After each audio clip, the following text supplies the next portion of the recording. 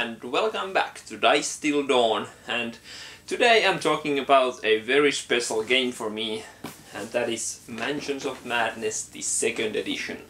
And why this is special to me is because the first edition of Mansions of Madness was pretty much the game that brought me into modern board gaming. My friend brought it over like 4 or 5 years ago, and I just fell in love and in awe on what the game could do, and the puzzles and the story and the miniatures, all these things, and how amazing it was. As a kid I played Hero Quest, and it has the same similar feelings, but it was now this Cthulhu mythos and horror and all these cool things. And after that I've fallen in love with board games. But yeah, the first edition had many problems when I got it myself, and I do still like the game. It's on my shelf here, and gladly, because I can now combine it with the second edition. But the setup time was awful, the fiddliness of all these rules and differences, and the keeper, and it was long and just almost never gets to the table. But yeah, so now they suddenly announced that the second edition is coming, and only few weeks after the announcement I had it in my hands as a birthday present from my girlfriend. And I've now played 6 games, or 7 maybe, of the game, and I'd like to give you my review. So, what is the game? Well, Mansions of Madness is basically a mansion exploration mystery horror game for 1 to 5 players. It plays fully cooperative, although there are things that could actually switch that around a bit, but at its essence it's a co-op game. What's different about it is that it needs an app. You can either play the app on your phone, iOS or Android, or maybe from Steam if you have a laptop or computer you can use. So all these, and the app is free. So the app basically plays the role of the dungeon master, or Hero Quest, the dungeon master, or role-playing games, or the first edition, the keeper, is now handled by the app. So you no longer have to be playing against this one guy, and you only try to explore the mansion and solve the mystery with your friends against the app. And well, basically the game comes with 4 scenarios. The first one is a pretty small, short, 90 minutes or so, kind of a tutorial. It is a full scenario and it's not bad, but it just feels like most of the mechanics are explained in that one, in a sense, so you won't want to play that too often. And then there are 3 bigger scenarios. The second one is very interesting. I love Innsmouth and the story of Shadows over Innsmouth, and I read that and listened to a audio play of it, and I'm really in love with Innsmouth from like Lovecraft's works. And the second scenario is basically where you are exploring Innsmouth and want to escape from there, and I really enjoy that. And then there are 2 others. I haven't played the third scenario. It's some kind of family mystery or murder thing, but I haven't played that one. But then there is one scenario that lists as being 6 hours, up to 6 hours long, and that involves you playing kind of like 6 games in a row. You have 6 different locations you encounter and all these things. So there's quite a bit of content, but not as much as I would have liked. But yeah, basically you have investigators, and you start exploring this dungeon from a starting tile, so you don't see the whole dungeon set up as you did in the first edition or in Hero Quest, in a sense. Okay, Hero Quest, well, whatever. But you have 2 actions with your investigators. Each investigator does 2 actions, and then there is the mythos phase. The app does things and tells you things, maybe spawns new monsters or has an event and what happens, and these always change. And then again it's your turn, and you keep doing this until either the app tells you have lost or you have won, depending on what the scenario and the objectives are. And the actions what you can do are pretty easy. Basically, you can move, you can interact with a token, or you can attack.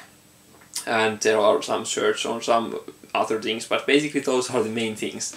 And you just do this on the map, and you then tell the app if you are, for example, opening a door or interacting or searching for something. You just click on the app, and for example, the doors have a lantern kind of thing that you can then click on the app and say that you are now using an action to open it, and then it starts telling you what is in the room and what are you seeing and what happens.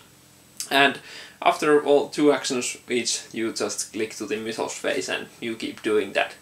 So that's the basic idea of the gameplay. I won't be showing you the components or the gameplay here. There are better videos for that. For example, Watch It Play just started their video series of this. The first edition of their videos was one of my first YouTube videos about board games that I watched, so I'm really looking forward to the second edition. But check that out. There's a Watch It Play, sorry, they have the rules explanation and also a full playthrough that's just started. But yeah, what are my thoughts on the game then? Well, first of all, let's go through some positive things. And first of all, the story. This is pretty much the most thematic and story heavy game I have. There are others like Sherlock Holmes, Consulting Detective, and maybe Arkham Horror, stuff like that, but this manages it in a very cool way because the app has built-in background music. It has voice action in the beginning, voiceovers, but sadly only for the main introduction to the scenario, but still all these things and the background music really add to the theme. And also the app has a lot of text you can read, and you can role play the things if you want and read them different voices and everything. I do hope they would add voiceovers to all of the characters in the game, but yeah. And so the story just comes alive, and you can really imagine yourself being in this weird mansion, and the text is pretty nicely written. It isn't too long, so you don't read walls of text, but it's still descriptive and cool. And also another good thing is that because of the app, this is almost perfect for solo play. I play a lot of solo games, so that's a big plus for me. And you usually want to control 2 characters, you can't play with only 1. So 2 characters and it's a blast. I played the longest scenario, the 6-hour one. I set it up on my living room table and got a glass of scotch and just sat down for, I think it took me 3.5–4 hours in a row when I played through that scenario, and I was enjoying every minute of it, especially since that scenario has very little combat in comparison to the first one, for example, because I feel the combat is like most it doesn't really fit the Lovecraft world, but yeah, it's nicely done in the game. I don't mean to pick on that, but I just enjoy the mystery and exploration more. So that's a cool thing. And also the nice thing is that they included first edition conversion kit in the game, so if you have the first edition, maybe even the expansions for the first edition, you can use them with the game immediately. You just tell the app that you have the core game of the first edition, and it can now pull tiles from the first edition, monster from the first edition, and also all the investigators are now playable in this also. This game comes with cards that are now the new cards for the investigators in the old game. So that's all really cool and a big plus for me because I have the first edition on my shelf. And adds replayability. Yeah, those are the basic positives, I think. Then on to some negative things I can think of. There are quite a few, although all of them are pretty small. One of the biggest, I think, is the app. The app works nicely and it's cool, but the stability of it. Yeah, they've updated it and I haven't seen big problems now. But for example, the worst thing, because I got it pretty early, I played the Innsmouth scenario. I had been playing for 90 minutes or so and the app froze. There was nothing I could do. I restarted the app and all these things, but it just froze. And when I started a new game, the old one was lost, and so I had played for 90 minutes and couldn't continue the story without starting it over. They have now fixed that, I think, pretty much, because I played it 2 times after that, and both times there were no big problems. There are some weird texts and some weird happenings, but it hasn't frozen after that. So this might be a totally irrelevant problem now, but of course when they release more scenarios there are more chances for more bugs and different devices and all these things. So be wary of that. Especially I would hate it if I was playing the 6-hour scenario and I was like 4 hours in and near the end and I just couldn't finish my game. That would pretty much kill me on the game, I think. So that's something to be aware of. Sometimes, okay, another thing, sometimes it's almost too simplistic in a sense. I think I said it at my birthday party to my friends that when they wanted to try the game, that I could pretty much get my grandmother to play this game. It's that simple, really. If one of the players knows the app and knows the basic ideas, the players or their actions are so simple that any player can do them, and that's a good thing mostly, because really I can get almost anyone to play this and they can just enjoy the story and do that. I want to look at that painting, or I want to attack that monster, I want to look at through that door, or whatever it is, and that's 99% it's a good thing. But sometimes because of this simplicity it feels a bit gamey in a sense, and when you move, you can move 2 spaces, you can interrupt the movement, which is good, but still it sometimes feels that it's better if this guy uses the action to open the door and the other guy can then move in and attack the monster or whatever happens there. So it becomes this kind of a puzzle sometimes, which doesn't feel thematic, at least to me. Maybe I'm thinking it in a wrong way, but still, sometimes it just feels that you have to do actions in a certain way, or like order for them to be maxed out. Especially at the solo play, when you have 2 characters only. I think the last scenario, for example, has so much things going on that if you don't know where everything is, you really have to maximize every action point to have any chance of like solving the mystery. So that's kind of a small negative. And also one more negative, at least, is that the expansions are, the first ones that are not now released, are actually very expensive. Yeah, they have a lot of like tiles and miniatures, but they are $60 a piece. And the expansions, the first 2, are basically, the first one is the tiles and investigators and monsters from the first edition of the game, nothing else. And when you buy it, you can now use 1 scenario more in the app. So $60 for semi-medium quality miniatures and cool tiles, and nothing else for 1 scenario. That's just very steep for me, because the base game is like $70–80. Of course it's kind of out of print and hard to get maybe at this point, but why would you pay $60 for less than the base game of Mansions of Madness for 1 scenario at this point?